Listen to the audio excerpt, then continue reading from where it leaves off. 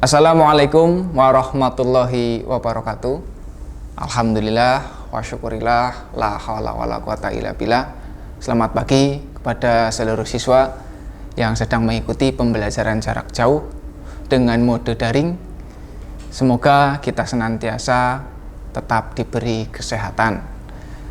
Sebelum melaksanakan pembelajaran dengan sistem daring, saya mengingatkan kepada seluruh siswa untuk tetap menjaga protokol kesehatan dengan cara membersihkan diri, menjaga kegiatan yang akan menimbulkan penularan pandemi ataupun yang lain, supaya kita beserta keluarga dan seluruh masyarakat bisa terhindar dari pandemi global yang sedang melanda di dunia ini. Jangan lupa tetap semangat, tetap jaga kondisi, tetap istirahat yang tepat, dan minum atau makanan yang bergizi agar senantiasa tetap diberi kesehatan jasmani dan rohani.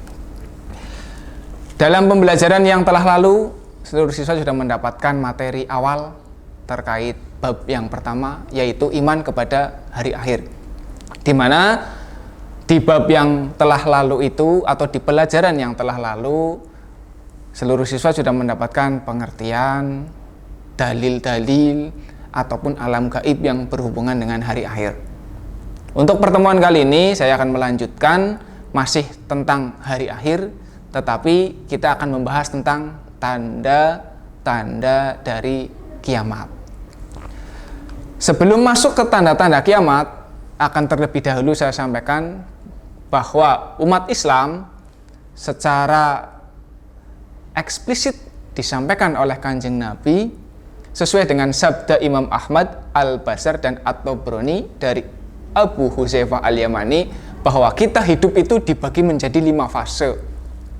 Yang pertama adalah fase kenabian, yang kedua kekhalifahan, yang ketiga fase dinasti atau kerajaan, yang keempat fase kezaliman atau kehancuran, dan yang kelima atau yang terakhir fase kejayaan kembali. Kita masuk yang pertama dulu, adalah fase kenabian. Zaman ini adalah zaman Nabi Shallallahu Alaihi Wasallam, di mana perjuangan agama Islam mulai ditegakkan. Zaman ini disebut zaman contoh, zaman terbaik di antara segala zaman. Kenapa dinamakan yang terbaik? Langsung dipimpin oleh utusan atau Rasul terakhir yang ditunjuk oleh Allah Subhanahu wa Ta'ala. Tapi mengingat waktu, zaman ini sudah berakhir bebarengan dengan wafatnya Rasulullah pada tahun 10-11 Hijriah atau tahun 632 Masehi. Maka zaman ini telah berlalu. Zaman ini berlalu menuju kepada zaman yang kedua atau fase yang kedua, yaitu fase kekhalifahan. Fase ini disebut zaman pemerintah yang mengikuti cara kenabian. Zaman ini disebut dengan zaman Khulafaur Rasyidin, yang dipimpin oleh imam-imam atau pemimpin-pemimpin yang adil, di antaranya Abu Bakar As-Siddiq, Umar bin Khattab, Utsman bin Affan, dan Ali bin Abi Thalib. Secara singkat, zaman ini juga sudah berlalu. Setelah zaman ini berlalu, kita masuk ke fase yang ketiga, yaitu fase dinasti atau kerajaan. Fase dinasti atau kerajaan disebut fase kerajaan yang menggigit. Zaman ini dimulai dari kepemimpinan Muawiyah bin Abi Sufyan dan berakhir dengan runtuhnya Khalifah Turki Utsmani pada tanggal 15 Sya'ban tahun 1342 Hijriah atau 3 Maret 1924 Masehi. Beberapa dinasti yang berkuasa diantaranya adalah Bani Umayyah, Abbasiyah, Utsmaniyah, Fatimiyah, dan yang lain. Kenapa disebut fase kerajaan yang menggigit? Karena pada masa ini peningkatan jumlah umat Islam itu sangat pesat. Bisa dikatakan di berbagai penjuru dunia sudah menguasai. Umat Islam sudah semakin berpencar, sudah semakin banyak. Akhirnya zaman ini dijuluki sebagai zaman kerajaan yang menggigit. Artinya perkembangan umat Islam terjadi secara pesat. Setelah tahun 1924, maka fase kerajaan berakhir. Di tahun itu maka kita mulai masuk kepada fase yang keempat, yaitu fase kezoliman atau fase kehancuran. Fase ini dimulai sejak runtuhnya Turki Utsmani dan disebutkan tidak ada pemimpin yang setara atau yang mendekati dengan fase sebelumnya. Zaman ini disebut zaman yang penuh dengan masalah. Kapan itu terjadi? Adalah waktu sekarang ini. Kalau tidak percaya, mari kita simak bukti yang disampaikan Rasulullah pada fase yang keempat ini. Mengutip dari keterangan Ustadz Zulkifli Muhammad Ali, MA, beliau menjelaskan fase keempat dengan ciri-ciri sebagai berikut. Yang pertama, salju turun di tanah Arab. Apakah itu sudah terjadi? Sudah. Bisa kita lihat baik di televisi, di YouTube, di Facebook, ataupun yang lain. Kita sudah tidak bisa menutupi bahwa salju sudah turun di tanah Arab. Yang kedua, huru-hara di mana-mana. Nah, kalau kita lihat berita terbaru, termasuk pandemi kan termasuk huru-hara. Kita mau menyangkal apa lagi? Itu bukti yang kedua. Yang ketiga, fitnah di Syam. Syam itu kalau sekarang Syria, Palestina, Yordania, dan Libanon. Dan negara-negara itu memang penuh dengan kekacauan yang ditimbulkan oleh beberapa pihak. Ini bisa disebut sebagai fitnah. Maka bukti yang ketiga juga sudah ada. Yang keempat, wafatnya Raja Besar Arab. Sudah terjadi? Sudah. Pada saat sebelum Raja Salman. Yang ketiga, yang kelima, 3 putra mahkota Arab berebut kekuasaan. Padahal kalau kita telusuri dan selidiki di Arab, nah, itu sedang terjadi pergolakan kerajaan yang luar biasa. Bahkan sampai-sampai ada 1 putra mahkota yang sedang diusir untuk tidak masuk di dalam kerajaan Arab Saudi. Kalau itu mau diperdebatkan, nanti kita cerita di kesempatan yang lain. Terus yang keenam, sungai Eufrat mengering. Kalau seluruh siswa cek di YouTube, cek di Google, ataupun channel-channel yang lain, silahkan lihat keadaan sungai Eufrat pada hari ini. Insya Allah sudah 100% kering. Tanda yang terakhir adalah Perang Dunia Ketiga atau kericuhan dunia.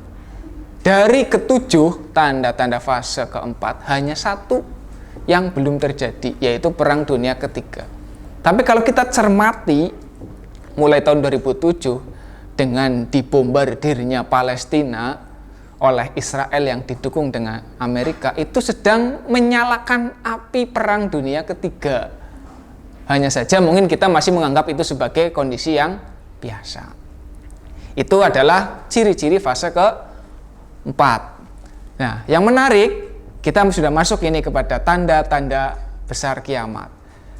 Kanjeng Nabi menyebutkan di fase keempat kita akan mengalami 5 tanda besar kiamat. Apa saja? Yang pertama adalah Dukhon, yang kedua Imam Mahdi, yang ketiga Dajjal, yang keempat turunnya Nabi Isa alaihissalam, dan yang kelima turunnya Ya'juj dan Ma'juj. Jika kita diberi kesempatan atau umur yang panjang, insya Allah kita akan mengalami, mungkin tidak semua, tapi salah satu dari tanda besar kiamat yang akan terjadi. Wallahu a'lam bishawab. Kita masuk tanda besar kiamat yang pertama adalah Dukhon. Apa itu Dukhon?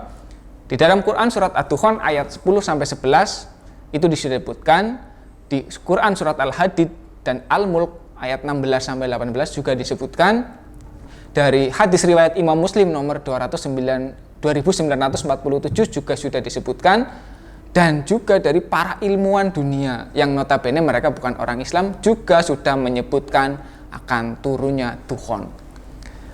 Hadis Rasulullah menyebutkan bahwa di akhir zaman nanti akan datang hantaman meteor yang menyebabkan kabut yang akan mematikan orang kafir dan umat Islam yang tidak beriman. Bagi yang beriman akan merasakan seperti flu dan demam saja. Rasul menyampaikan tidak akan datang meteor sebelum 3 hal. Yang pertama, telah banyak dari umatku penyanyi wanita. Coba kita renungkan hari ini, dari sekian juta jumlah penyanyi, kalau kita kalkulasikan antara laki-laki dan perempuan banyak yang mana? Itu sudah menjawab salah satu yang disebutkan Rasul tadi. Yang kedua, telah banyak manusia menggandrungi musik. Yang namanya musik sekarang sudah bagian dari hidup. Sepertinya di mana-mana, kapanpun, siapapun itu sudah menggandrungi musik. Berarti sudah terjadi? Sudah. Yang ketiga, banyak khamr yang didapatkan dan dikonsumsi dengan mudah. Nah ini, kira-kira sudah apa belum? Sudah. Kita sudah tidak sulit melihat nyun sewu, orang yang mabuk, orang yang berjualan minuman keras, bahkan sudah terang-terangan. Itu sudah kita lihat di masa sekarang. Artinya 3 tanda meteor akan turun yang disebutkan oleh Rasul semuanya sudah terjadi. Yang menjadi pertanyaan, akankah meteor itu segera turun? Wallahu a'lam bishawab. Itu pernyataan dari Rasul. Itu yang membuat para sahabat bingung. Ya Rasul, mungkinkah meteor itu akan datang seketika ini? Rasul juga tidak bisa menjawab. Karena tanda kiamat, hari kiamat itu Rasul pun tidak tahu. Hanya saja diberi tanda-tandanya. Maka coba kita singgungkan ataupun kita padukan dengan beberapa pernyataan ilmuwan.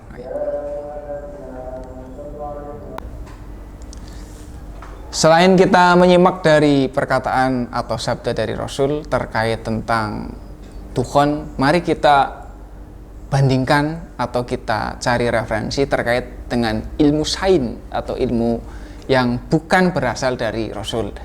Mari kita simak pernyataan dari beberapa ilmuwan yang perlu kita jadikan referensi.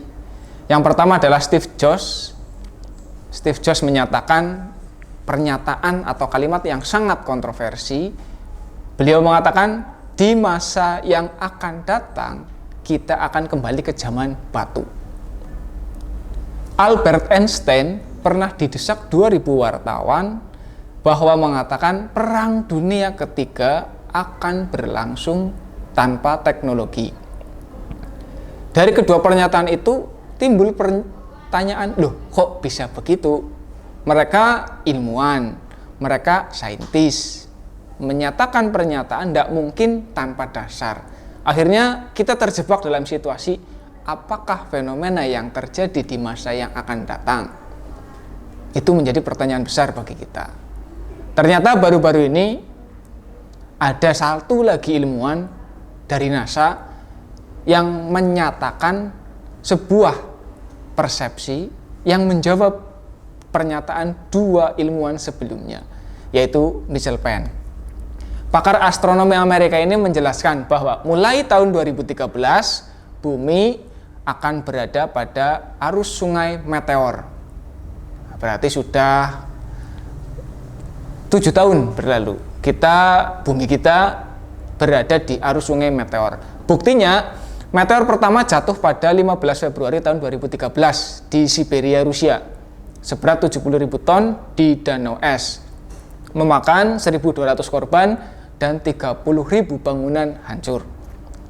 Meteor kedua jatuh pada 14 April tahun 2013 di Argentina pada malam hari, dan meteor itu meledak di angkasa, tidak sampai jatuh ke tanah. Akhirnya seketika itu 9 kota di Argentina terang benderang, padahal waktu itu jamnya atau keadaannya menunjukkan malam hari. Ketiga, jatuh di Los Angeles pada tahun 2014. Selain itu masih banyak lagi, nanti kita bisa cari referensi-referensi yang lain untuk menguatkan pernyataan tersebut. Melanjutkan pernyataannya itu, Michael Penn mengatakan bahwa nanti akan ada satu meteor besar yang menabrak bumi kita. Nah, ini. Tadi yang di awal Rasul yang ngendika, sekarang ilmuwan. Kecepatan meteor itu, kata Michael Penn, 120.000 km per jam. 120.000 km per jam. Jadi motornya Valentino Rossi karo Marquez kalah doh arep balapan. Jika diameter meteor itu 2 km, kekuatannya 1 juta kali lipat dari nuklir yang menimpa Hiroshima dan Nagasaki. Kalau kita lihat sejarah, Hiroshima dan Nagasaki itu jatuh di lembah meteornya, tetapi 50.000 nyawa hilang dan seluruh bangunan di sekitarnya rata. Jika jatuh di laut, akan menyebabkan tsunami setinggi 230 meter. Padahal kita tahu di 2004 di Indonesia, di Aceh itu terjadi tsunami 15 meter selama 10 menit. Itu pun menelan lebih dari 200.000 nyawa melayang. Bayangkan jika 15 meter dalam 10 menit saja 200.000 lebih, bagaimana kalau 230 meter?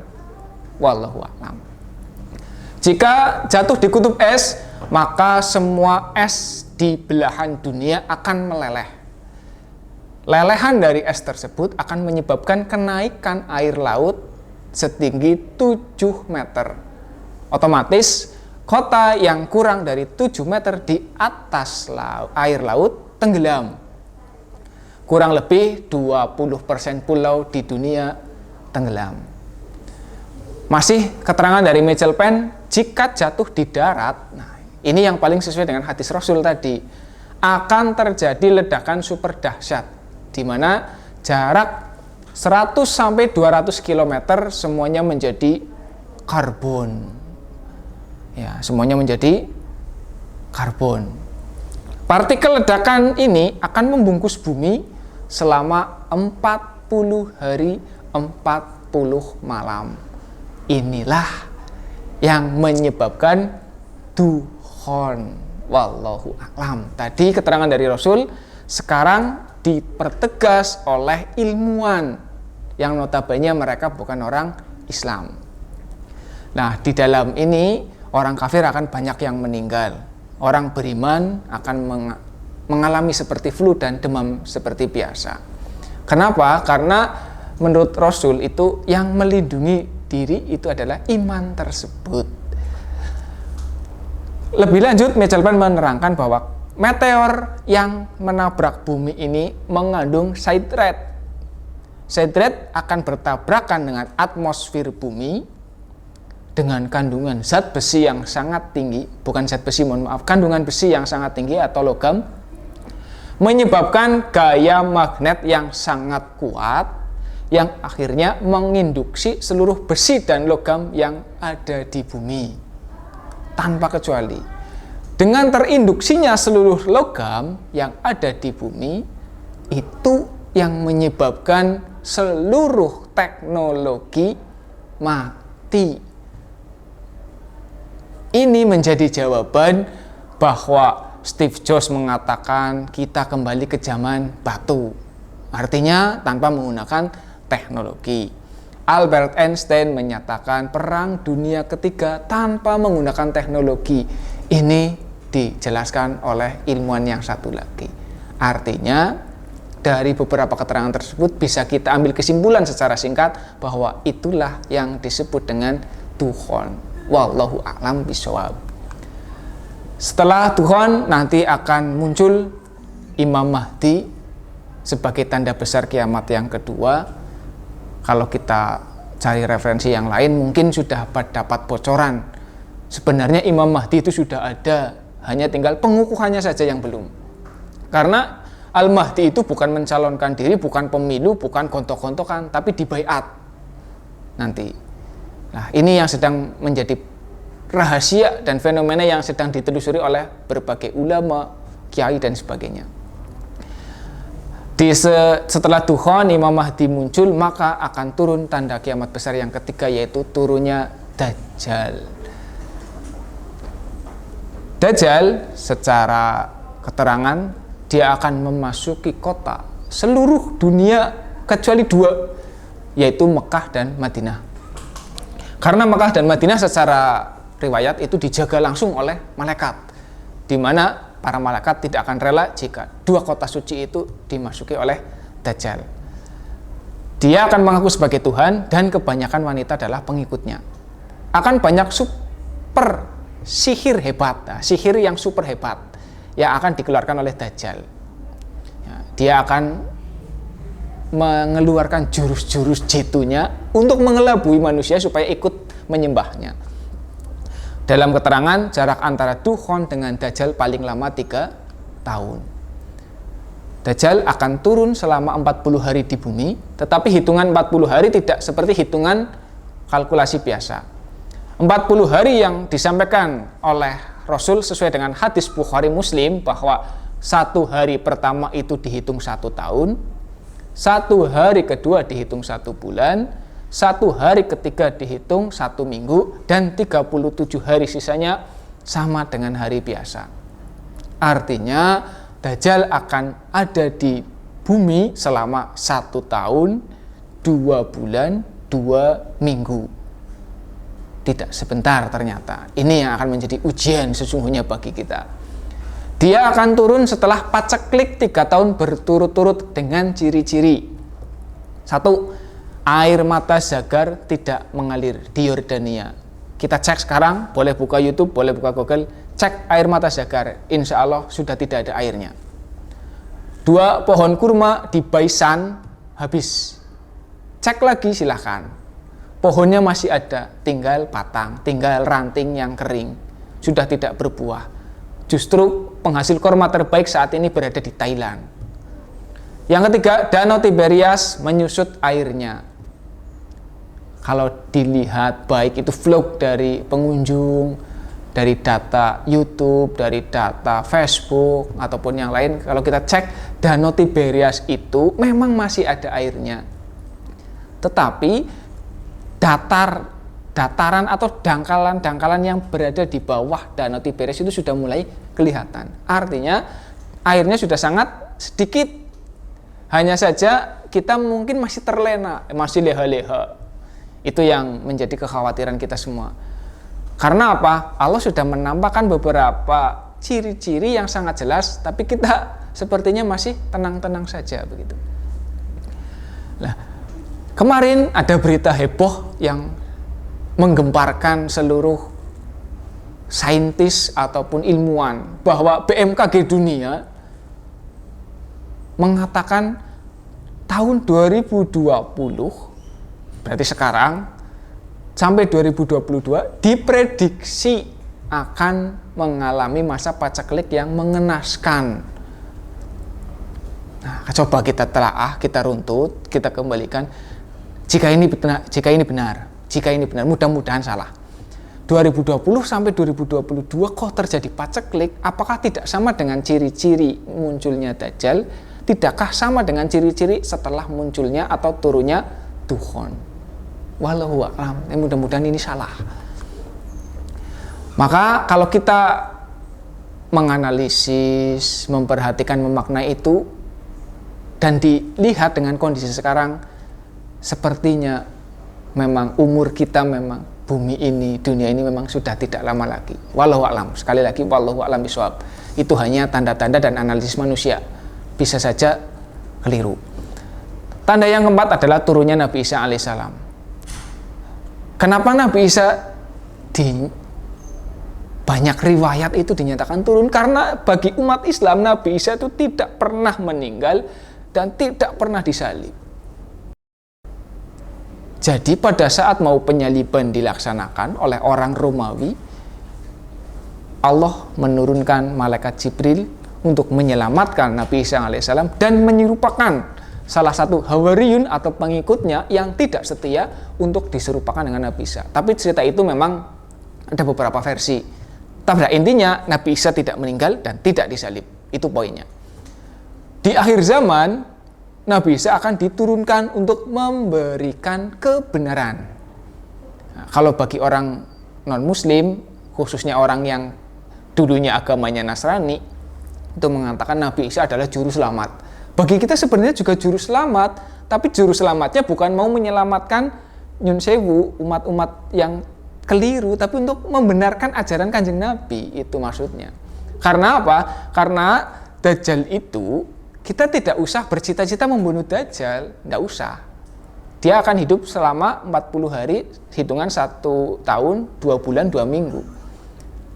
Allah itu sudah nge-save satu nama, yaitu Nabi Isa alaihissalam, yang hanya Nabi Isa lah yang bisa membunuh Dajjal. Jika kita diberi umur panjang, kesempatan hidup, maka kita bercita-citalah jadi tentaranya saja. Kalau kita bercita-cita membunuh Dajjal, baik. Tapi secara riwayat tidak bakal bisa. Karena hanya Nabi Isa yang di-save satu nama bisa membunuh Dajjal. Dan Dajjal itu keyakinannya Nabi Isa juga sudah terbunuh. Maka Dajjal menyatakan saya tidak akan mati, begitu. Nabi Isa turun, salib dihancurkan, babi diharamkan, agama Islam ditegakkan. Jadi Nabi Isa turun tidak membawa agama baru, hanya membenarkan agama Rasul. Yang diberi hidayah akan masuk ke ajaran Islam, yang tidak tetap akan mengikuti Dajjal. Nanti setelah Nabi Isa turun, singkat ceritanya Dajjal itu terbunuh oleh Nabi Isa di perang. Karena hanya itu yang bisa dilakukan, dan itu yang bisa membunuh Dajjal hanya Nabi Isa. Jadi Nabi Isa turun membunuh Dajjal. Setelah itu Nabi Isa juga sama seperti kita, karena hanya manusia utusan, meninggal dan dimakamkan berdampingan dengan makam Rasulullah Shallallahu Alaihi Wasallam. Yang menjadi pernyataan unik atau pengetahuan unik, masyarakat di Arab itu sudah menyediakan, sudah menyiapkan makamnya Nabi Isa alaihissalam. Wallahu a'lam. Masuk pada tanda besar kiamat yang kelima, yaitu Ya'juj dan Ma'juj. Setelah Dajjal terbunuh, nanti dalam beberapa wilayah riwayat menyebutkan bahwa Ya'juj dan Ma'juj akan turun. Dia berasal dari anak cucu Adam, jumlahnya sangat banyak. Kalau mereka dari 1000 jumlah, kita 1, mereka 999. Tapi ada juga yang berpendapat bahwa ini adalah tentaranya Dajjal. Dalam hadis, makhluk ini sedang dipenjara dan lama-kelamaan akan bisa lepas seiring lepasnya Dajjal.